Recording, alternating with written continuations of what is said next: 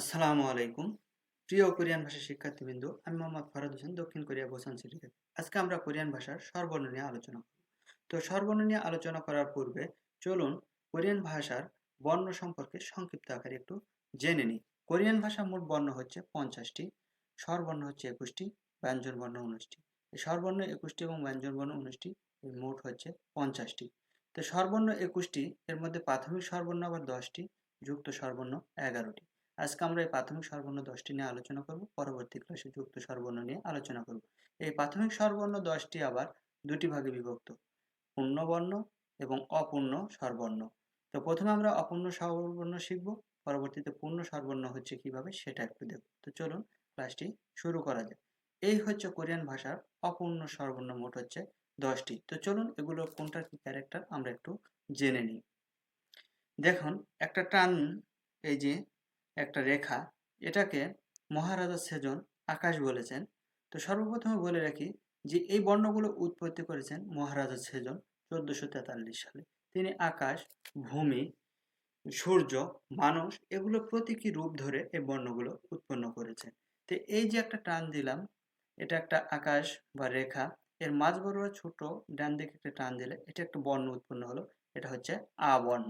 যদিও বাংলা আমরা পূর্ণ বর্ণ লিখেছি, কিন্তু কোরিয়ান আমরা অপূর্ণ বর্ণ লিখেছি। তো পরবর্তীতে দেখব কিভাবে এটা পূর্ণ বর্ণ হয়। তো এই আটা থাকলো, এই আর সাথে আরো একটু অতিরিক্ত ডান দিকে টান দিলাম, তাহলে একটা একটা দুটা টান দেওয়া হলো, তাহলে এটা হয়ে গেল ই আ। তার একটা কথা মনে রাখবেন, কোরিয়া ভাষার যতগুলো স্বরবর্ণ আছে, এই ডাবল টান যেখানে থাকবে সেখানে অতিরিক্ত একটা এই ই যুক্ত হবে। তো এটা হয়ে গেল ইয়া। ঠিক আছে, এই যে একটা টান দিলাম, এর বাম পাশে একটা ছোট্ট করে টান দিলাম, এটা হয়ে গেল সরি অ। তো সরি অ থাকলো, এর সাথে আর একটা অতিরিক্ত বাম দিকে আরেকটা টান দিলাম, তাহলে এটা হয়ে গেল ই অ। তাহলে আমরা কি পেলাম? আ, ইয়া, অ, ইয়। তো চলুন পরবর্তীগুলো দেখি। এই যে একটা টান দিলাম ভূমি, এই ভূমির মাঝ বরাবর উপরে একটা ছোট্ট করে টান দিলাম, এটা একটা বর্ণ উৎপন্ন হয়ে গেল, এটা হলো ও। ও থাকলো, এর পাশে আরেকটা ছোট্ট করে টান দিলাম, তাহলে এটা হয়ে গেল ই ও। এটা হচ্ছে ই, আর এটা হচ্ছে ও, ইও। এই যে একটা ভূমি, এই ভূমির মাঝ বরাবর নিচ দিকে একটা ছোট করে টান দিলাম, এটা হয়ে গেল রস্য উ। রস্য উ থাকলোই, তো এর সাথে আরেকটি ছোট্ট করে টান দিয়ে দিলাম, এটা হয়ে গেল ই উ। তো আমরা কি পেলাম? ও, ইও, উ, ইউ। তাহলে আমরা 8টি বর্ণ পেয়ে গেলাম, বাকি থাকলো আর 2টি বর্ণ। তো চলুন সেগুলো দেখে নিই।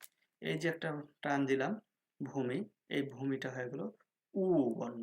এটা হচ্ছে হ্রস্ব উ, হসন্ত ছোট্ট করে উ, চেপে ধরে উচ্চারণ করতে হবে উ। আর যে একটা টান, এই আকাশ, এটা হয়ে গেল হ্রস্ব ই। তাহলে আমরা কোরিয়ান ভাষা মোট প্রাথমিক স্বরবর্ণ 10টি পেয়ে গেলাম। তো চলুন আমার সাথে একটু উচ্চারণ করো। আ, ইয়া, অ, ইয়, ও, ইয়, উ, ইউ, উ, আর হচ্ছে ই। আ, ইয়া, অ, ইয়, ও, ইয়, উ, ইউ, উ, আর হচ্ছে ই। এই যে প্রাথমিক 10টি স্বরবর্ণ পেলাম অপূর্ণ স্বরবর্ণ, এগুলো কিভাবে পূর্ণ স্বরবর্ণ হচ্ছে সেটা আমরা একটু এক নজরে দেখব।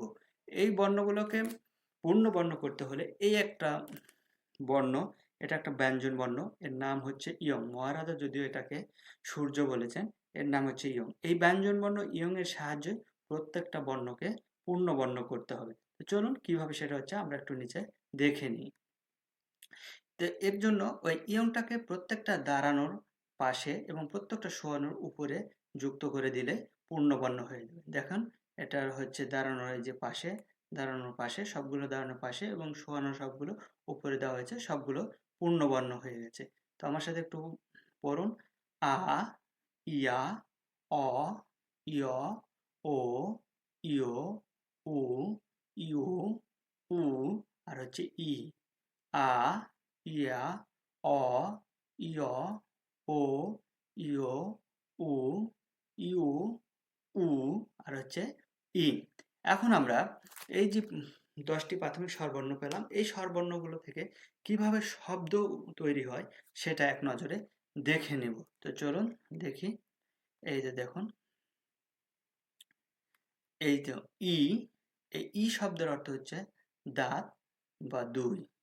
এটা হচ্ছে ও, ও শব্দের অর্থ হচ্ছে পাঁচ। উ ই উ, উ শব্দের অর্থ হচ্ছে দুধ। আই, আই শব্দের হচ্ছে শিশু। ওই, ওই শব্দের অর্থ হচ্ছে শশা। ই ইউ উ, ইউ শব্দের অর্থ হচ্ছে কারণ। ইয় উ, ইউ শব্দের অর্থ হচ্ছে শিয়াল। ই অ ই উ শব্দের অর্থ হচ্ছে অবসর। ই উ আ শব্দের অর্থ হচ্ছে শিশু এবং উ শব্দের অর্থ হচ্ছে ড্যান। উ আ শব্দের অর্থ হচ্ছে অনুগ্রহ। এই হচ্ছে কোরিয়ান ভাষার প্রাথমিক স্বরবর্ণ দিয়ে উৎপন্ন শব্দগুলো। তাহলে আমরা প্রাথমিক স্বরবর্ণ যে 10টি এটা শিখে গেলাম। পরবর্তী ক্লাসে আমরা যুক্ত স্বরবর্ণ নিয়ে আলোচনা করব। সবাই ভালো থাকবেন, সুস্থ থাকবেন।